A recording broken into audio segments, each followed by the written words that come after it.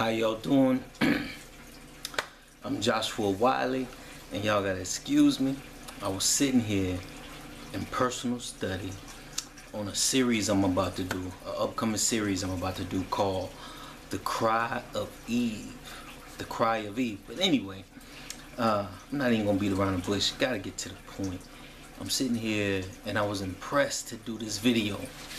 This video on Kanye and everything that's been going on, and a lot of people are gonna be like, Josh, why would you even add your 2 cents in? If y'all remember what happened to Kanye back in November, I made a video about it. I made a video about it not too long ago. And let me just get to the bread and butter. I remember what opened my eyes, should I say, what opened my eyes. One of the things was years ago, me and my grandmother, we were sitting at the kitchen table late night, sipping on something I wasn't supposed to be sipping on, you know. And she said, baby, my grandmother's 82 years old. She's like 82, 83. But she said, baby, I remember how the black community used to be before integration. And I said, Grandma, what you talking about? She said, integration was the worst thing that happened to the black community. Now I know right there, all of a sudden right there, signals will go up, red flags, people be like, oh no, what is he talking about? And I was the same way. I was like, Grandma, what you talking about? You know, because we've always been taught, hey, integration was because our schools was run down. We didn't have no books. The black kids running around with no shoes and socks on, dirt floors. And that was true in some parts. But she said, baby, the truth is, our schools were some of the best in the country. She said, because we had our own teachers teaching the children, and she said we chose what the curriculum was. We taught them about gardening, God, moral values, having respect for themselves. But she said it was so high level that the certain schools, and this was in Asheville, North Carolina, she said certain schools, certain black schools, now this was the early 1930s, 1940s, around that time period. She said certain black schools was top notch and blowing out other schools in the country. And she said, but when we integrated and they brought the black children to the white schools, she said then they stopped learning things that have to do with their moral values. They stopped learning about the real black history, not just that we were slaves. So it really opened my eyes and led me to start studying. I was already a lover of history, and I was already on a track, you know, to where thinking for myself. But I had never heard it from her point of view of how the black community used to be before integration, because I only had one side. I only heard what I was taught in schools, that the black community back then was all run down, and you know, the civil rights movement was because we were begging for a better lifestyle and better way. She said, baby, that's far from the truth. She said, even during the civil rights movement, and then I started to do my homework and I started seeing a whole different perspective. Why am I bringing this up concerning Kanye and Trump? Why? Because when so many people are giving Kanye flack over wearing that hat, make America great again. Beloved, let's look at that in the context of how, and you know, matter of fact, before I even do that, and a lot of blacks are saying, high celebrity blacks who do have another agenda, who are being told, well, who grew up in this system, never hearing it from a perspective of like my grandmother. Beloved, if we really honestly look at it, see, because we were always taught that the black communities was run down, the schools was poor, things of that nature. You know, when we hear somebody say, let's make America great again, we think, oh, we automatically think, oh, he talking racism, talking about taking it back to the slavery where the white man ruled, and we're going, beloved, if we really think about it, look even the moral aspect of it. We need to go back to when it wasn't all right for little girls to be pregnant out of wedlock. We need to go back to where the black dads and the white dads stayed in the homes and took care of the children. We need to go back to where the mothers, it wasn't okay to just cheat and sleep around with who you wanted to sleep around with like it is today. See, beloved, when I saw that saying, make America, we're looking at from a carnal level. But I'm gonna wait. Now I'm gonna break it down. Let me tell you something, because I'm nipping around the bush, but I want to make this short and to the point. I don't want to lose you. Then we gotta look at Kanye, what happened. Like I made the other video months ago, saying how what they did to him was a precursor to what they're gonna do for other Christians and free thinkers who think outside the box, who are not caught up in the matrix, beloved. You got to think about it. When Kanye, in his interview with Charlemagne, he kept saying how it was a breakthrough what happened to him in November. Beloved, what they did to him was nothing no less than kidnapping. And we just allowed it to happen. Why? Because they say, oh, he was crazy, he had issues. But beloved, they took him to a mental hospital in handcuffs. You don't think that's up here with Kanye? And see, he knows he got himself in something. And I believe he's fighting back. It's like chess. It's like chess. When they did that to him, Kanye said, okay, it's really real. It's this deep. See, it got real for him on a high level when they did that to him. But see, I already see where he's at now. He's fighting back on a higher level. But y'all gotta peep the level. You gotta peep the level. He said, because last time he was taken off to a psych ward in handcuffs.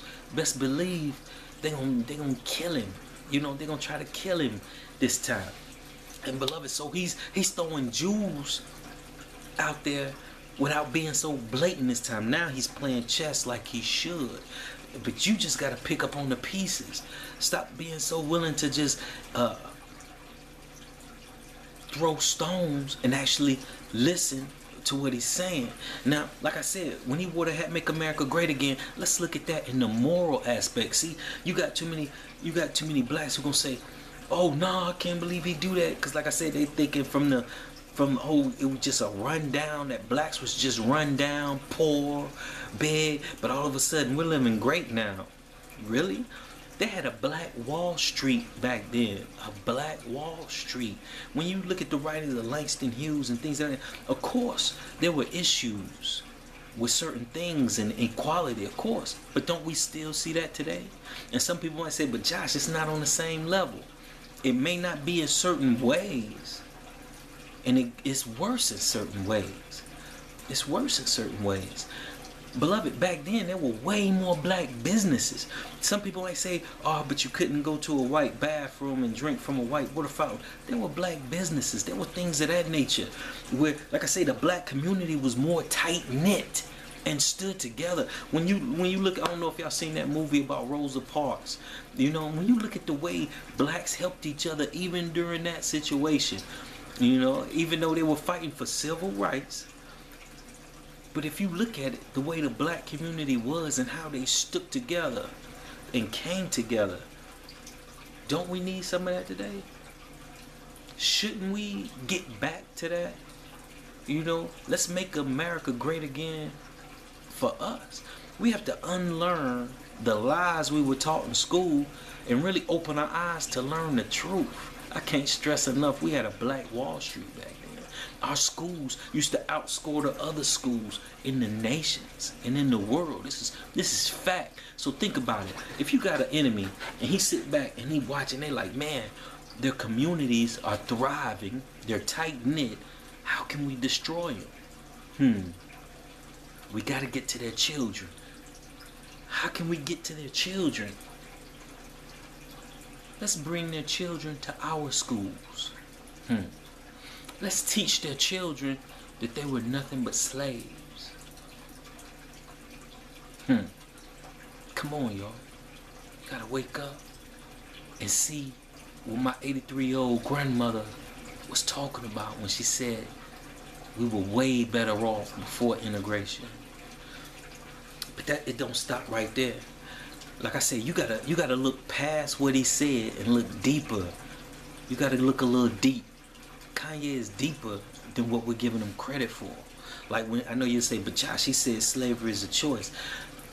Beloved, many of the Africans became slaves without having a choice. But to remain a slave, you have a choice. And a lot of them had choices here. And a lot of them took and tried to fight for their freedom. A lot of them escaped. Harriet Tubman made her choice and she said, I'm gonna be free. I choose to be free. But now, you know, and so I'm not knocking the slaves who stayed, because a lot of them was threatened with their kids were getting murdered. They were just afraid, fearful. They didn't know where to go, didn't know how to survive. But some of them said, bump that. I'm making my choice and I'd rather die trying to be free. I mean, what he said was true. The slaves did have a choice. You could either remain a slave or you could die trying to be free. I mean, that's truth. That's truth. And that's not knocking the ones who remain slaves. But now I want you to go deeper with it, because like I told you, remember last time Kanye spoke out? When he got upset and spoke out, he was taken to a hospital with handcuffs, and the judge ordered that he could not be released. No telling what they was doing to him behind closed doors. So now let's look at the hidden effect of that. Many of us are slaves today. What if Kanye was trying to warn us on a high level, like, look, many of us are slaves today, but you have a choice. You have a choice on whether to be free or not. Doesn't the Bible teach that? See, we can be a slave to the world or become a slave to Christ.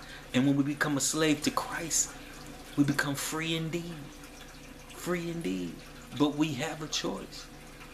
You know, see, when they got a hold of us in them schools, see, there's a reason I'm tying dots together, y'all. This all how we ended up in this situation where we are today was orchestrated. When they got us in them schools and only taught us that our ancestors was slaves with no choice, they didn't want to tell us that many of them were brainwashed and coerced in the stain. I want to tell us, because some of y'all gonna say, how was a slave brainwashed? Beloved, it's the story of the little girl and the elephant at the zoo. The little girl goes to a zoo. She sees this big old mighty elephant and this little bitty old rope like this big around his leg, keeping him tied to this little pole. And she asked the keeper of the elephant, she said, how does that little rope keep the elephant? He says, little girl, we put a huge rope on that elephant when he was a baby. He said he fought every day to get off that rope. Fought till eventually he stopped fighting. And then mentally he said, I cannot break the rope. I'll always be a captive. That rope is too strong for me to break it. He said it's so devastating to the elephant's mind, and he believes it so much, that today, even though he's tons and tons, tall and pure muscle, we can keep him captive with a little bitty rope. Because in his mind, that little bitty rope is that big rope that we had on him when he was a baby. Even though he can snap that rope in an instant, mentally, he can't. He thinks he can't. Beloved, that's how many of them stayed slaves. They broke them down since the children. See, a lot of the adults revolted and tried to escape, but you know, they put that mental rope, they put that rope on them as a child, to where when they got older, they felt like they couldn't get free. That massa was too big to escape. Beloved, those same chains and ropes are on us today. That's why, how many songs, how many times have I personally heard my brother say, man, I had no choice. I had to sell dope. Man, I had no choice. I had to do this and do that. Only now that I got out the game that I realized we were brainwashed. And see, they switched it on us. Of course, that's why they mad at Kanye. Y'all you gotta peep it to see it. Open your eyes to see it. They mad at Kanye because with him telling the youth to be a slave is a choice. See, right now they have us with that slave mentality to where, what's the rope? You say, Josh, how is that slave mentality affected today? Because you have kids who growing up in the projects and the slums, you know, born in certain lifestyles, and they think, man, this is it. I don't have no choice but to either play ball or sell dope. You see what I'm saying now? They think they don't have a choice when they do. And so because they don't think they have a choice, they get down and depressed. A lot of my friends was. When you get down and depressed, you become angry. You turn to dope, alcohol. You end up in prison. You end up in one of their private prisons. Where you become a slave to the system. And they make money off of you again. I believe it's like $20,000 or $40,000 a year for each inmate a private prison gets. So of course they want to fill up those prisons. Come on, y'all. This rabbit hole is deep. And some of you still say, he's just crazy. I rarely even pay attention to what's going on in the world. But because of what happened with Kanye, and I was down. I said, man, whatever they did to him in the hospital really affected his mind, because I haven't heard from him in months. So when I heard all these people saying, I can't believe Kanye said this, I said, wow, let me see what he said. But when I read it, I'm like, this is why everybody's mad? Really? Because he said, you can't make me hate who you hate or who society tells me to hate. Shouldn't that be the way we all think? Come on. Look, I'm a Seventh-day Adventist Christian, and I believe that one day in prophecy, the Bible tells me that they're gonna say all manner of evil against me. That isn't true. And what's saddening to me is I see so many people unjustified running to hate whomever they're being told to hate. So when I read that with Kanye, I'm like, wow, his mind is coming back to him, and he's awake. He's awake. For him to even say that comment, I believe that same thing. And I told people that same thing. Just because the world, just because they want me to hate Donald Trump, what am I gonna hate him for? Until I have a reason to hate Donald Trump. When I say, and I keep saying this rabbit hole is deep, I done talked about the private prisons, how slavery has switched. They make us, you know, my brother said one time, he said, yeah, they used to get us with they used to hit us with the chains. They used to keep us in line as slaves back in the 1800s with chains and whips. He said now they make us rob, steal, and kill for chains, the gold ones that hang around our neck, and whips.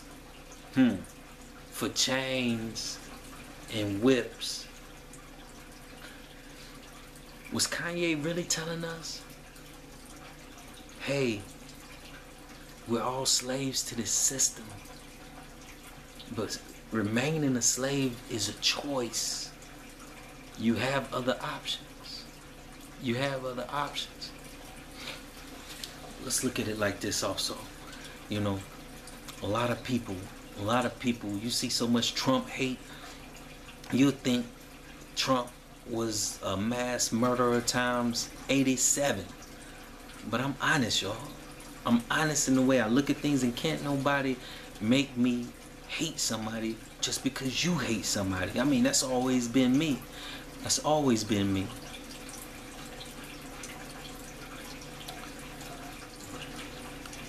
And because that's always been me, you know, I always, you know, when your eyes are open, you start to, you see things from a whole nother level.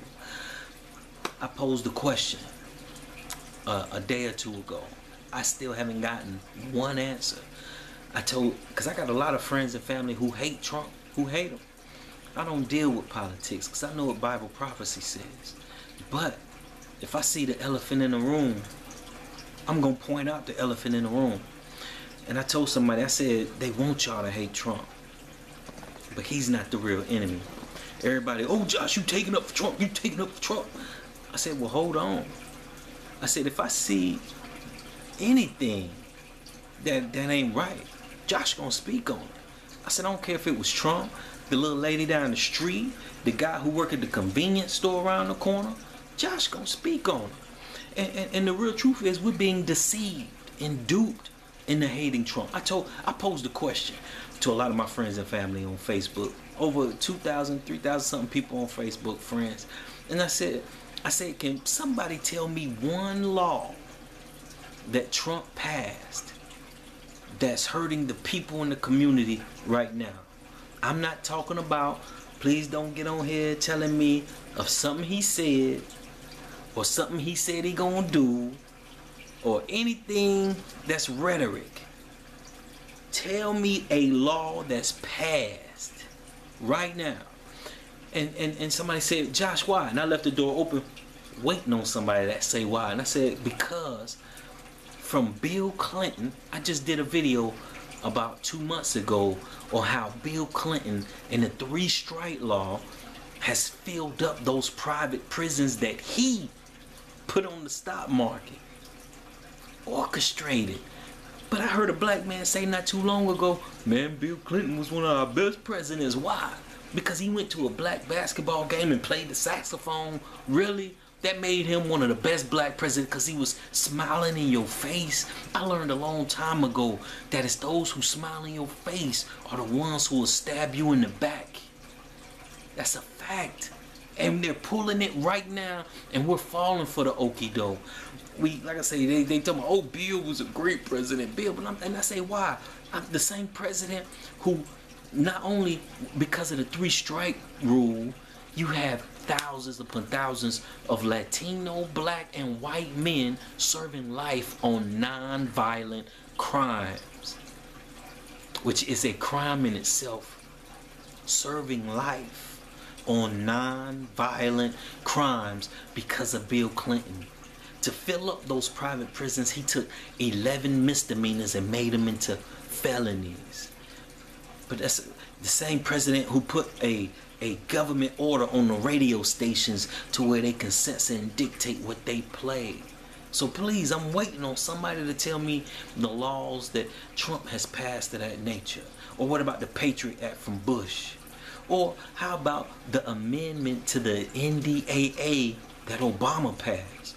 Did he mention Obama? Yes, I did. If you look in my video history, I also made a video years ago on how Obama's homosexual.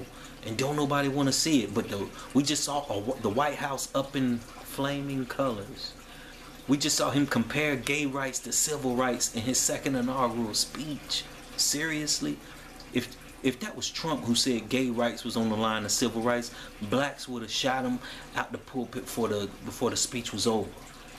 But the NDAA, for y'all who don't know what happened on New Year's Eve, why would he do it on New Year's Eve? Maybe because the world was partying. And New Year's is my birthday. So I know about the party. The whole world was partying. But y'all love Obama so much. I guess that's love. Well, let me tell you what the NDAA, well, the amendment to it that he made. He amended it to where they could lock you up for life without trial. Don't worry, I'll wait for it to soak in because I don't think y'all get it. I'm a free thinker, a truther. I believe in Bible prophecy. This worried me because men like you, men like I, women like you, women like I, who are not afraid to think for themselves and share it with others, we're the ones that they're going to pinpoint. who do you think that law is going to go into effect to? He's like, oh no, that's just the terrorists in Guantanamo. If you Google on YouTube, Earl Suthers, the head of the TSA, who was under Obama, who Obama appointed head of the TSA, he states that it is the biggest threat to Homeland Security are biblical prophecy believing Christians. Christians who believe in Revelation. And Daniel, I do. Christians who believe in Bible prophecy are the biggest threat to Homeland Security. So who did they really put that law for? You need to Google it. Google it. I mean, YouTube it. Just go ahead and YouTube it. So, beloved, we say all this nonsense about Trump because of some comments and because of his rhetoric, which I don't agree with half the stuff that I've heard him say. But he could talk. He remind me of my granddad and my uncle, just one of them honorary old men, you know. You know, who reached his 70s and just honoring, you know. But the truth remains. Did he pass the NDAA where they can lock you up without trial? Or how about the Obamacare where they made healthcare a monopoly to where you put the government and just one or two companies over the whole system so they can dictate the rates and pay rates? Oh yeah. And for those like me who who don't have healthcare, you get billed $700 to $800 at the end of every year for not having it. Or how about the abortion where little girls can go get abortions now through state-funded abortions off of welfare? Did we forget about that? No, we gave them passes on that. This isn't a game. This is real, y'all. And it saddens me how easily we fall for the okie doke. I've been working on this series. The Lord has blessed me to just move me and my family, so we've been getting settled in, and so I really haven't been making any videos in the past month and a half, 2 months, and I've been itching. The Lord's just saying, wait. And so this new series I'm about to work on, The Cry of Eve, I'm excited about it. So be expecting the video on it pretty soon. But I was sitting here in prayer and just meditating, listening to other things, and it hit me. Something said, you gotta speak on it. You gotta give a message to Kanye. They're gonna say Kanye's crazy. Well, they do say everybody, and I've seen so many people turn cool. Y'all gotta remember, I love T.I. and I used to love his music back when I was in the world listening to all that stuff. But but brother to brother, I love everybody. Like, honestly, I hope nobody perishes. And just to so y'all say, oh, but he sold his soul. Our souls aren't ours to sell. So that kills the lie, you can sell your soul. The verse says you can lose your soul. There's a difference. Because if you lose something, you can always find it again.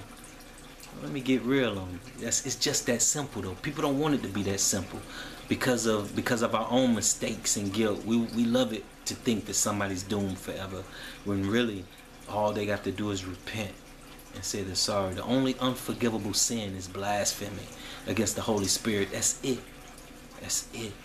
Somebody who's lost their soul can always find it again. But anyway, they say Kanye's crazy and dismissive, but I don't see it at all. Well, they say he's crazy, but just as a dismissive thing. If you listen to David Chappelle before he went to Africa, when he was on stage at some art, I want to say he was in New York, he was somewhere, and he was sitting there smoking a cigarette, talking to the guy, and he said, saying somebody is crazy is dismissive. That's your reason to just, don't listen to what they're saying. They're crazy. I didn't get no crazy comments from Kanye. And see, my mind rapped so quick. It rapped like, I'm like, okay, he's speaking like when he said, I'm not in the sunken place. Y'all have to peep what he's saying. He's waking up. And whether he's waking up or not, there's truth to what he's saying when you really look at it. We do need to make America great again. Let's go back to the day to where morals were high. Morals were high. To where, there was genuine families and a home and less drugs in the street, you know, to where the gangs were people who actually protected the neighborhood from the dope dealers and all of that. I'm telling you, let's not be brainwashed forever. Of course, nothing was perfect, but is it perfect today? More black men are getting killed and murked by the police. It's every time you look. And I know, you know, it was even horrible back then. I'm not saying things were great back. I'm saying the moral aspect of it. When you go back to the moral aspect of living back in the day, because that's what really counts. It's our morals, our character. Who makes us? We can all talk tough and be caught up in worldly lifestyles, but is that how you honestly want your child to be raised? Any real man to tell me, you know, can't tell me you want your child to be gangbanging and running the streets and think you're a tough guy. Too many friends I should be dead and in prison. Do you want your children in dead and in prison? But my message to Kanye is, yeah, keep. Everybody don't look at you crazy, bruh. And everybody not scared to speak out and endorse you. Man, there's a white black man who appreciates you coming out with some truth, trying to get people to think on their own. Stop just following the masses. Wake up out of the matrix. You hate. I said I haven't not one person has let me know one law that Trump has passed that's a community killer or that's hurting people in the neighborhoods. Not one person. I'm just like, so wow, so you hate him over some comments, but you love Obama. How much love is it if a man passes a law or amends a law, because the NDAA was already there, but he amended it, but amends a law that can keep you locked up for life without a trial? Now, someone tell me, how much love does that man have for you and your children? I'm gonna wait.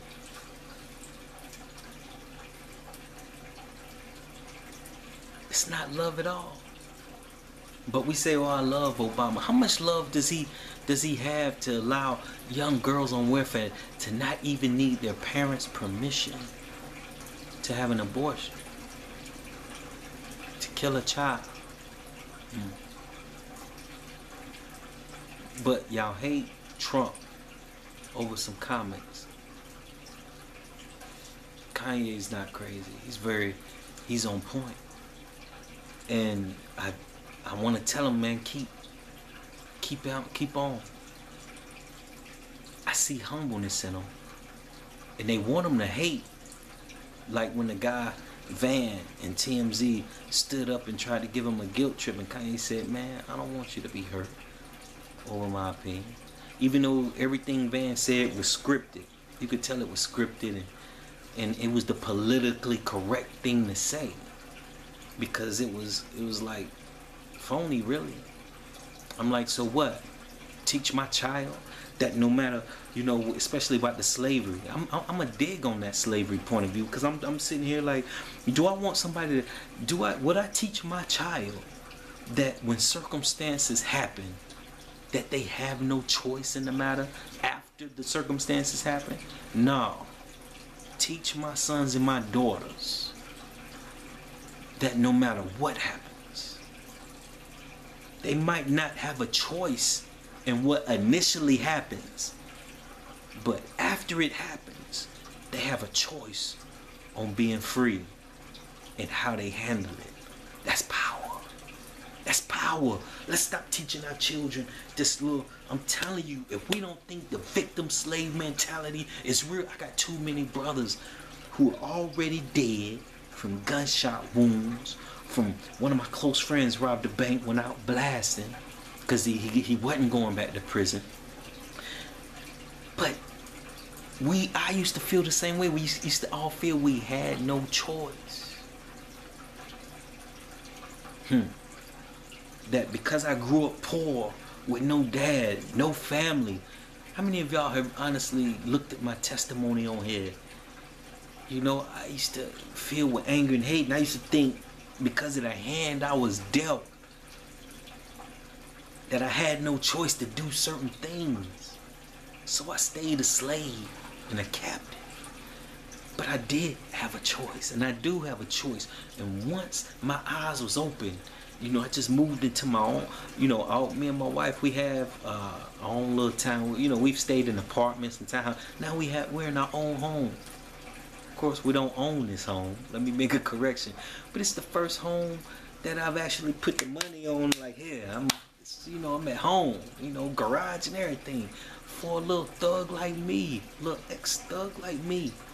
I was so used to having nothing, I didn't expect anything from my life. No matter how much people from the outside used to say, oh Josh, you're gifted, you're smart. I used to think I had no choice, I had no options. Too many young kids are growing up poor in the slums and the projects. They think they have no options. Y'all have to open your eyes to what Kanye was really trying to teach.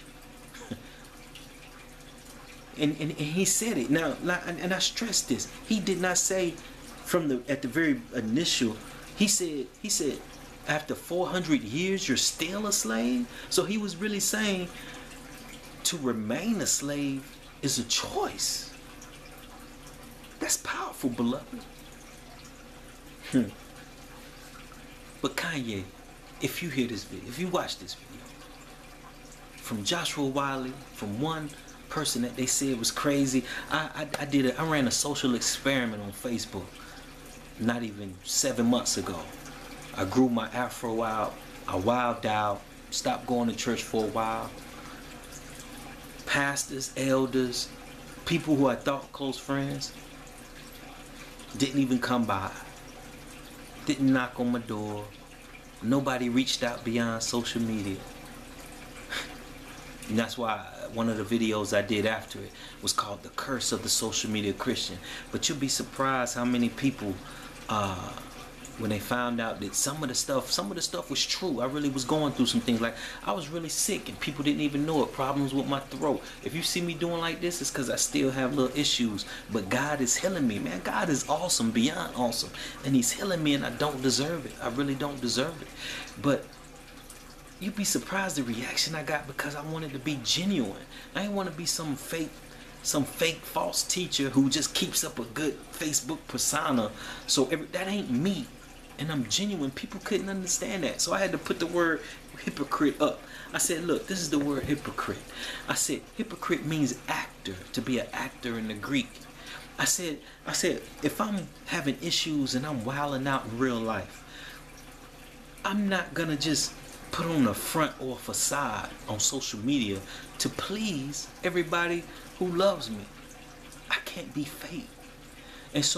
And I said, and once I started to throw out some red flags that, hey, Josh got some issues, and I saw that people I went to prison with, my boy Jai, Dominique, Terrence, Ravis, Dion, Talvin, people, KD, people I grew up with reached out to me, boom. Claudia, Andre, my partners I grew up with, went to prison with, within the streets, they reached out to me quick. Josh, what's up? What's good with you? My boy Daniel, I ain't even say no last names, but y'all know who you are. You know, my boy Jonah, Daniel, you know, AKA, but reached out to me quick and was like, Josh, what's going on, man? You alright? But my church folk who I went to church with shunned me, turned their back on me, many of them. And to this day, even when they found out it was a social experiment, they got mad at me. But look, I don't want to take from what I'm telling Kanye. Keep doing what you're doing, bro. I see you. And believe it or not, there's other brothers who see you. All these celebrities, some of them just faking the funk, following an agenda. And you know what I'm talking about, because they're being told to say, oh yeah, Kanye, they hang out with you, then go say you're crazy. Because they've been told to. But they know what you're telling is the truth. They know you're not crazy. I smell what you're cooking, bro. And I'm with you. And I salute. And I'm just thankful that somebody high up isn't afraid to just swim upstream against the current. I love what you said. You said, did I do all of this not to fight against the grain or to go against the grain? I'm just paraphrasing because my time is almost up. Keep doing what you're doing, Kanye. There's other brothers and sisters out there who with you, and we support you. 700%. That means complete. We complete, man. One love. Y'all keep your head up. God bless.